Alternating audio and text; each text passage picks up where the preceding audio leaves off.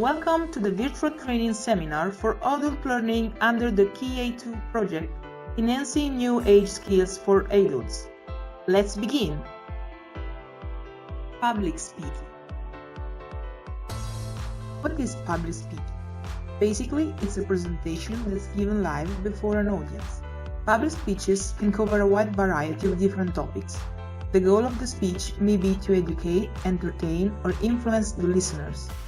Often visual aids in the form of electronic slideshows are used to supplement the speech. This makes it more interesting to the listeners. A public speaking presentation is different from an online presentation. The online presentation is available anytime. A public speech is typically limited to a specific time or place. Online presentations often use slideshows, or they use pre-recorded videos of a speaker. This includes recordings of a live public speaking presentation. Why is it important? Over the years, public speaking in communication has played a major role in education, government, and business. Words have the power to inform, persuade, educate, and even entertain. And the spoken word can be even more powerful than the written word in the hands of the right speaker. Whether you're a small business owner or a student, you'll benefit from improving your public speaking skills. Some benefits to speaking in public include improved confidence, better research skills, stronger deductive skills, ability to advocate for causes, and more. Speaking in public is especially important for businesses to market their offers. This allows them to get their message in front of potential customers. Salespeople and executives are often expected to have good public speaking skills. To help you become better at giving public speeches, we'll take a look at these 5 areas: writing the speech, overcoming a fear of speaking, practicing the speech, preparing your presentation slide design, giving the speech. How to pick the right speech topic for you. Not every topic is right for everybody. If you're asked to speak about something that you've got no knowledge or no experience with, you'll have a harder time speaking confidently. If given a choice, choose to speak on a topic you know well and/or are passionate about. In addition, the type of speech you choose affects how confident you are. There are several types of speeches. Informative speech. The purpose of informative speech is to make your audience aware of new information. An example would be a speech that instructs the listener on how to do something. Persuasive speech. A persuasive speech attempts to motivate the listener to perform an action or make a purchase. An example would be a sales presentation. Speech given for entertainment. Speeches are often given to entertain the audience. For example, you may be asked to give a toast celebrating the accomplishment of a colleague who has been promoted. How to create a well-researched, well-written speech. Step 1. Study your subject. To feel confident in your material, be sure to research your topic well. If you're not as familiar with the topic as you would like to be, you'll have to find out more information. Here are just some possible sources of information. Internet. There's a wealth of information available online. Unfortunately, there's also some inaccurate data out there. Make sure that you know how to recognize credible information when you see it. Libraries. Libraries are a great resource for printed materials, and many have internet access as well. An added bonus to using a library is that many of them have a reference librarian who can guide you to the materials you need. Your company records. If you're giving a speech for your company, be sure to ask for any records and other materials that are relevant to your topic. Other people. In some instances, you'll need to interview other people to gather information. Before meeting with your sources, be sure to prepare by having a list of specific questions ready to ask them. Step 2. Organize your information. Once you've gathered your data, it's time to start organizing it. Put it in order from the most important to the least important, and eliminate any information that's not really related to your topic. You may find it helpful to create an outline at this point. Your outline doesn't have to be complex. For example, your outline could be something like this. Title. Make it catchy to get your audience attention. Introduction. This just needs to be a few sentences explaining what your speech is about. List of main ideas. For shorter speeches, 3 points may be enough. Conclusion. These are a few sentences that explain what your speech is about. Now you're ready to start writing your speech. Follow your outline, start with introduction, add your main points, and then write your conclusion. Remember that your introduction needs to grab your audience's attention. Your conclusion should include a call to action, especially if you're giving a persuasive speech. Step 3. Copy your speech into a professional presentation tool. While there may be some instances when a professional presentation tool isn't available or appropriate, for most situations, a presentation tool can help make your public speaking process easier. Many presentation tools, such as Google Slides or PowerPoint, even include tools like speaker notes and the ability to add audio or video that will help make your speech more interesting. Steps for writing a speech. The steps for writing a speech for public speaking are similar to those for writing a presentation. However, at each stage of the writing process, you need to keep your audience in mind. 1. Research your audience. Whenever you do any type of writing, you need to consider who you are trying to reach with your writing. Speech writing is no different. In general, the more you know about your target audience, the more effective your writing will be in reaching them. Once you've defined your audience, you can gear your speech towards them. To do this, ask yourself questions like, what does this audience need? What problem can I solve for them? Is there anything else I need to consider about my listeners? 2. Select a topic. Avoid the temptation of trying to cover too much information. Most people are so overwhelmed by the sheer amount of new data they receive each day that they can't keep up with it all. Your listeners are more likely to remember your public speaking speech if it's tightly focused on 1 or 2 points. 3. Research your topic. Some public speaking situations may require that you cover a topic that you are less familiar with.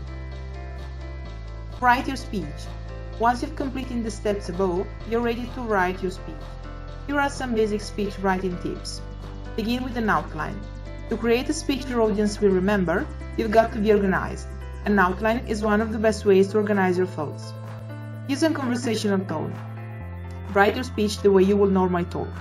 Work in some small talk or humor if appropriate. Use the speaker notes.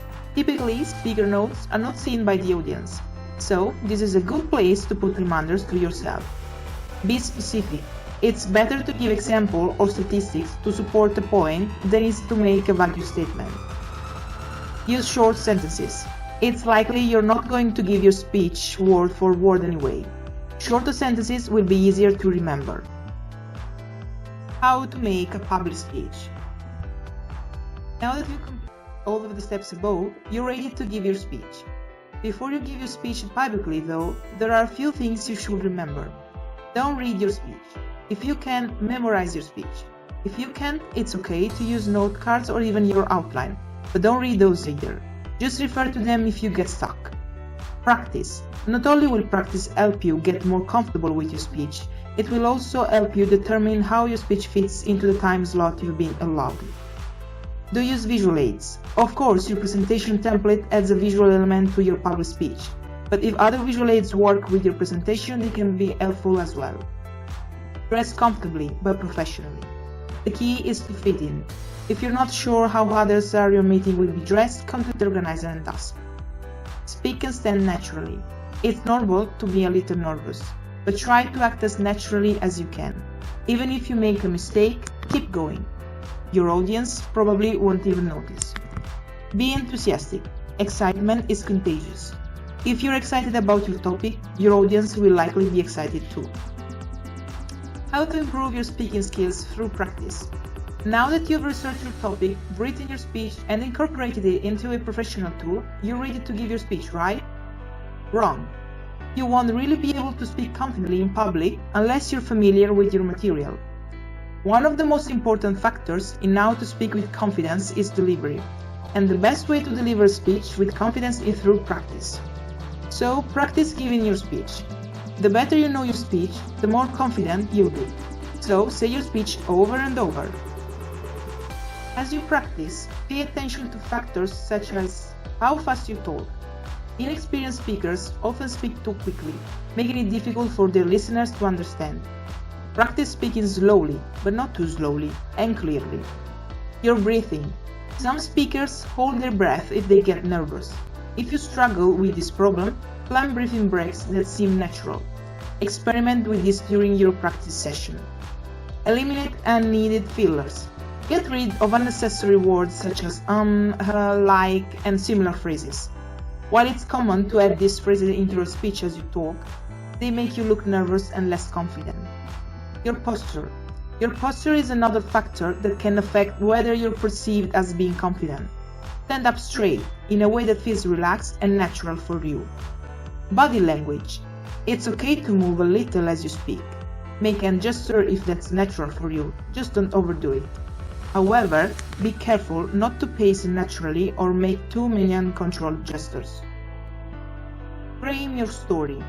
There's no way you can give a good talk unless you have something worth talking about. Conceptualizing and framing what you want to say is the most vital part of preparation. If you frame the talk as a journey, the biggest decisions are figuring out where to start and where to end.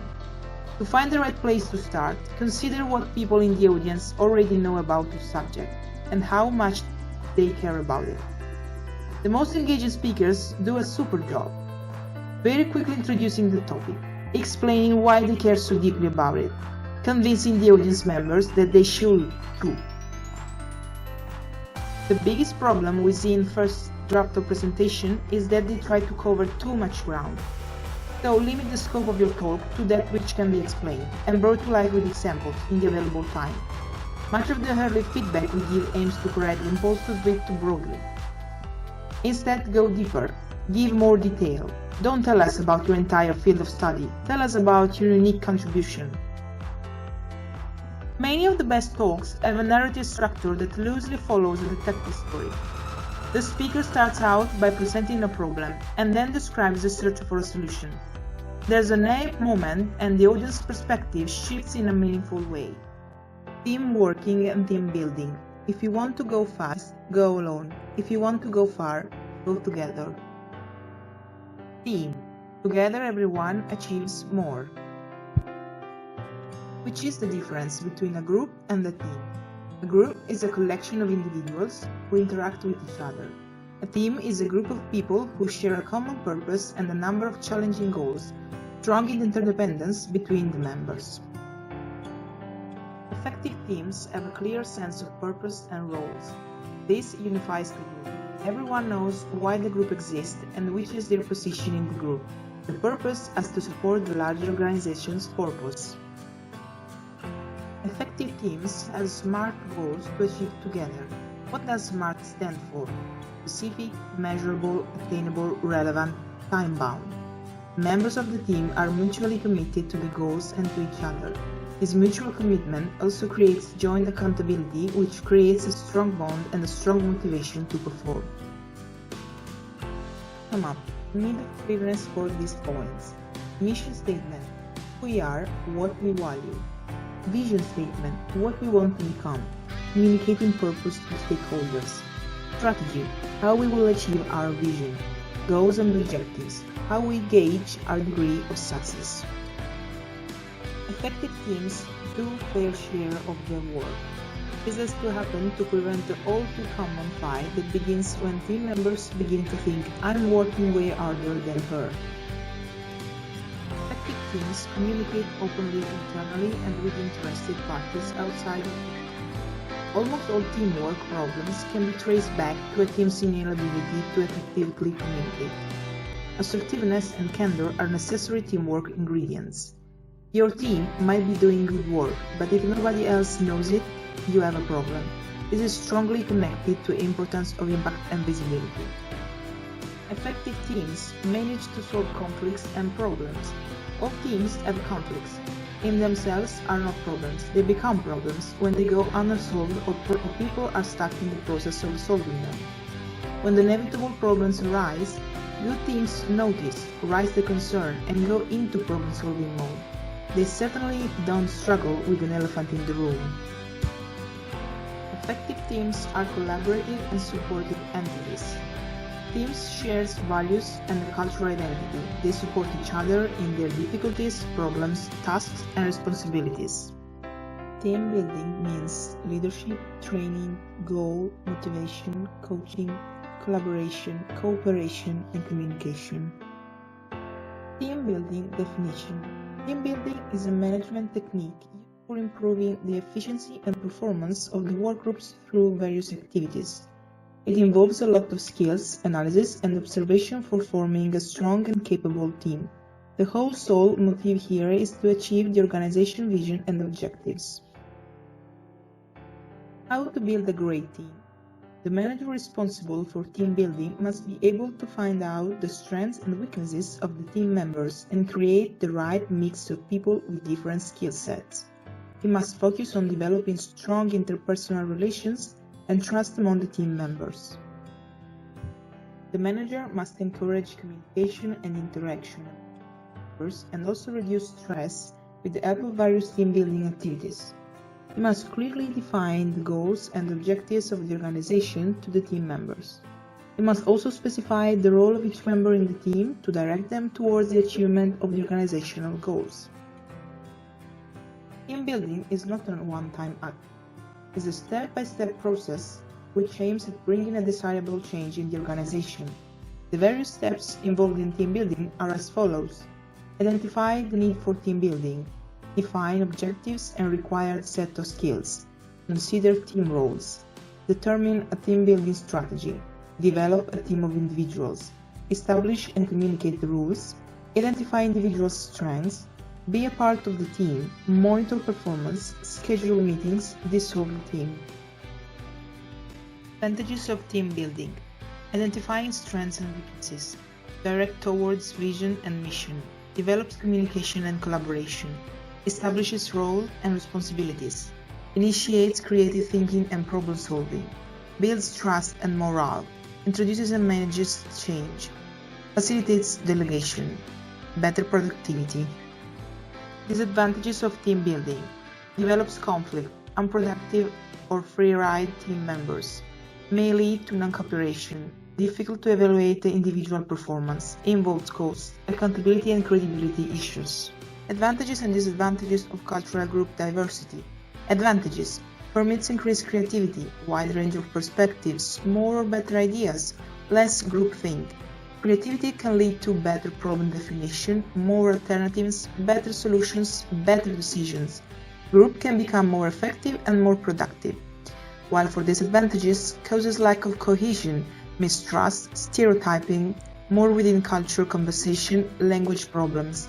Lack of cohesion can lead to inability to validate ideas, inability to gain consensus of decisions, inability to take concerted action. Groups can become less effective, less efficient. Coming together is a beginning, staying together is progress, and working together is success. Henry Ford.